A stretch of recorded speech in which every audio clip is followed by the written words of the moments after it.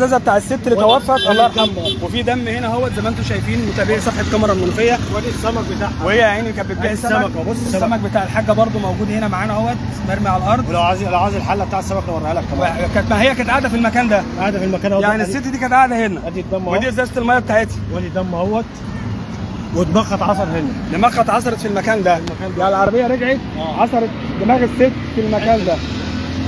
لا اله الا الله، ربنا يرحمها ويغفر لها. وادي الميزانه هي، لو عايز الحله بتاع السمك وريني الميزانه اللي كانت بتوزن عليها السمك.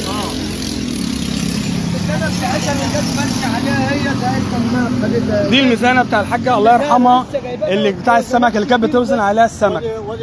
وكانت بتفطر اكلها اهوت. ادي السندوتش بتاعها. لا حول ولا قوه الا بالله العلي العظيم.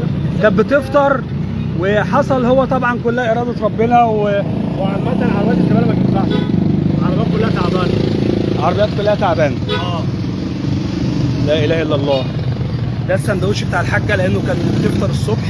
وبرضه في حاجات هنا اهوت. ودي ازازه ودي ازازه الميه اللي كانت بتشرب منها الحاجه الله يرحمها ويغفر لها يا رب.